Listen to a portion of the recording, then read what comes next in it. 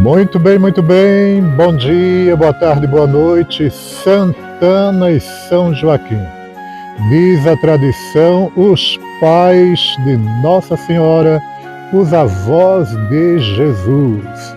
E nós estamos aqui com alguém que tem uma experiência muito bonita, 92 anos, é vovô também, viu? Vovô do Carmelo, da Horta Terceira do Carmo, dos Carmelitas, Frei Carlos Mestre. Frei Carlos, nós sabemos que na Bíblia nós temos assim muitas experiências bonitas de idosos, idosas. O que o senhor poderia falar sobre esses idosos e sua experiência diante de Deus, da salvação, da caminhada bíblica, Frei Carlos? Eu também não sei bem o que dizer. A gente sabe a idade que tem olhando a carteira. 90, vai fazer 92. 92. Agora, dentro de mim eu não me sinto tão velho. Mas de vez em quando eu sinto no corpo. O corpo não acompanha tanto porque as pernas não andam bem. A gente começa a sentir os defeitos e cá para lá. E eu peço a Deus de eu poder aos 92 conversar com você do jeito que viva pensando como é que os outros velhos fizeram isso, como é que eles foram envelhecendo, continuando por dentro, quase que eu diria jovem. E às vezes tem jovens que já são velhos e tem velhos que são jovens. É verdade. A própria Bíblia é um livro muito antigo. E se for comparando, é um livro dos velhos e também para os velhos. E nos faz saber o valor da vida. Tantas pessoas que aparecem na Bíblia que viveram a mesma vida que nós vivemos, homem e mulher, crianças, e olhando, a gente quase que olha num espelho e vai lendo e vai detectando, isso eu estou gostando, aquilo lá não gosto tanto. A gente vai se comparando com as pessoas e vai percebendo valor, vai descobrindo também valores para a gente, olhando, por exemplo, no livro dos Macabeus, aquela mãe dos 7 filhos, o velho Eleazar, tantas pessoas que aparecem e diz velho e continua jovem. Tem lá um velho, acho que Eleazar, outros que aparecem na Bíblia que são jovens, mas a mentalidade parece já mais envelhecida. São essas comparações, essas experiências que vêm em todos. E começa com Abraão, eu acho mais bonito. Abraão, sai da tua terra, vai para a terra que eu te mostrar. Ou com Moisés, tinha 40 anos, mais 40 anos, quase 80 anos, quando começa, ao menos, conforme a idade que a Bíblia indica. E Moisés, Abraão e os profetas, Jeremias começa jovem e vai vivendo até perto de 60 anos, que ele vai morrendo. Outros ficam mais velhos ainda, como aquele lá no Antigo Testamento, eles querem levá-lo a sacrificar para os ídolos, e aí ele diz, eu não quero, o velho, ele disse, se você fizer o que te pedimos, sacrifício para os ídolos, você pode ficar livre. Aí ele diz assim, eu, velho, fazer isso, nunca.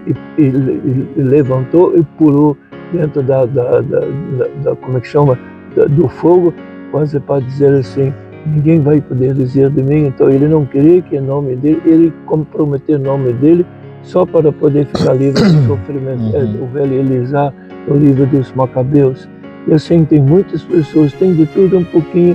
Eu acho que todos nós encontramos figuras que nos ajudam, nos jovens, mas sobretudo nos velhos, que vão vivendo a vida e vão nos ensinando o valor da vida, o valor da idade, o valor da experiência, o valor da comunicação e conversando com os outros. Por exemplo, eu tenho uma fotografiazinha de um velho, ao lado do velho tem uma criancinha. Achei tão bonita essa criancinha. Acho que a Bíblia é isso. Todos nós, diante da Bíblia, somos crianças. Mesmo apesar da idade que tem, a gente vai lendo, vai descobrindo, vai aprendendo um bocado de coisas sobre a própria vida humana. E a gente descobre que importa, o que importa para Deus é, no fundo, a gente ser aquilo que a gente é, ser humano. E quando você encontra na Bíblia uma pessoa que sabe viver esta vida humana, a gente se sente bem, se sente identificado e agradece a Deus por tudo aquilo que Ele mandou escrever de experiência humana ao longo dos séculos para nós aprender.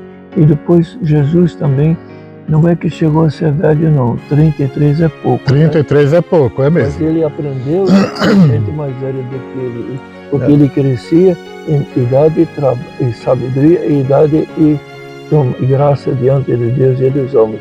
Ele foi aprendendo e aprendeu de São José, de Nossa Senhora, de Santana e São Joaquim, que são os avós os pais da Nossa Senhora. Então, de todas essas pessoas, ele foi convivendo lá em Nazaré. E o mais bonito da vida de Jesus são aqueles 30 anos que ele passou lá, do qual a gente não sabe apenas uma frase. Jesus vivia e crescia em idade e sabedoria diante de Deus e dos homens.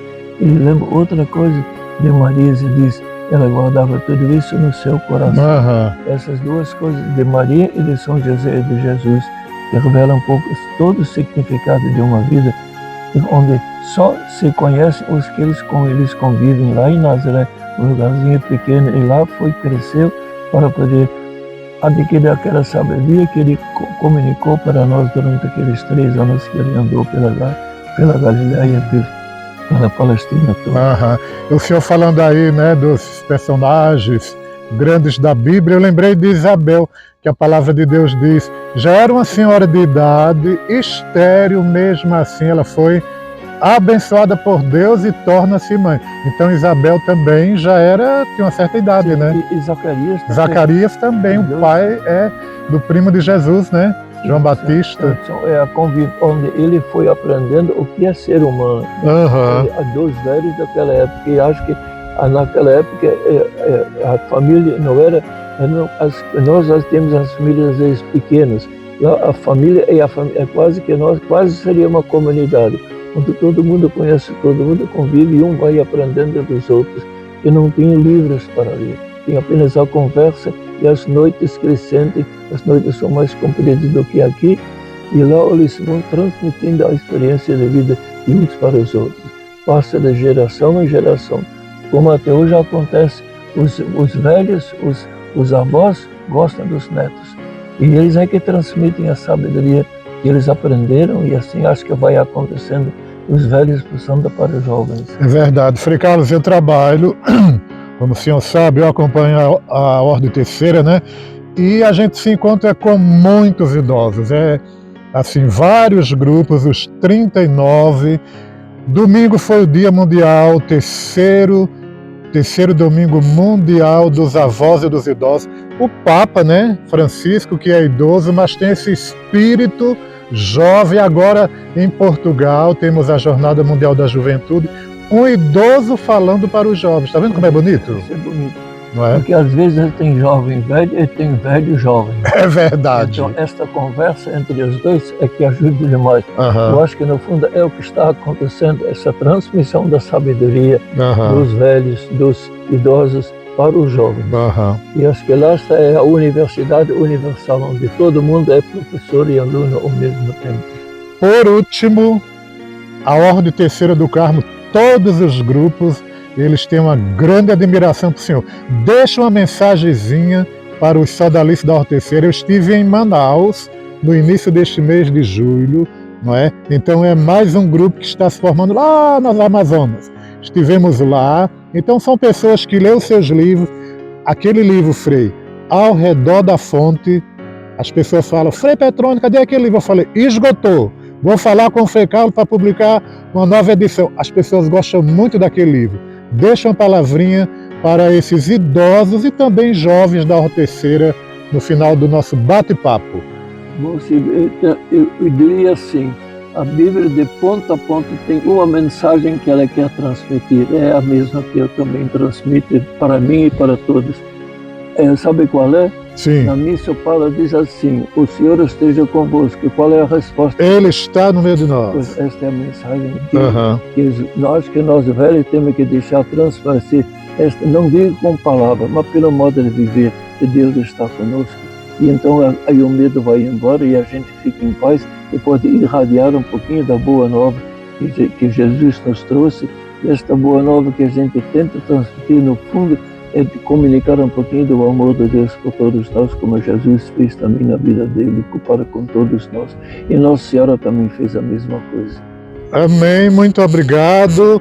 E antecipadamente, feliz aniversário, 92 anos, no mês de outubro, mês missionário. Vamos lembrar aí, ó, terceiro do carro, para o Frei Carlos Mestre. Muito obrigado. Um abraço grande para todos da Ordem Terceira e que a gente possa ser carmelita e ver esta certeza que Santo Elias, a primeira frase do profeta Elias, de onde nasceu tudo: vivo é o Senhor, Em cuja presença estou. Muito bem.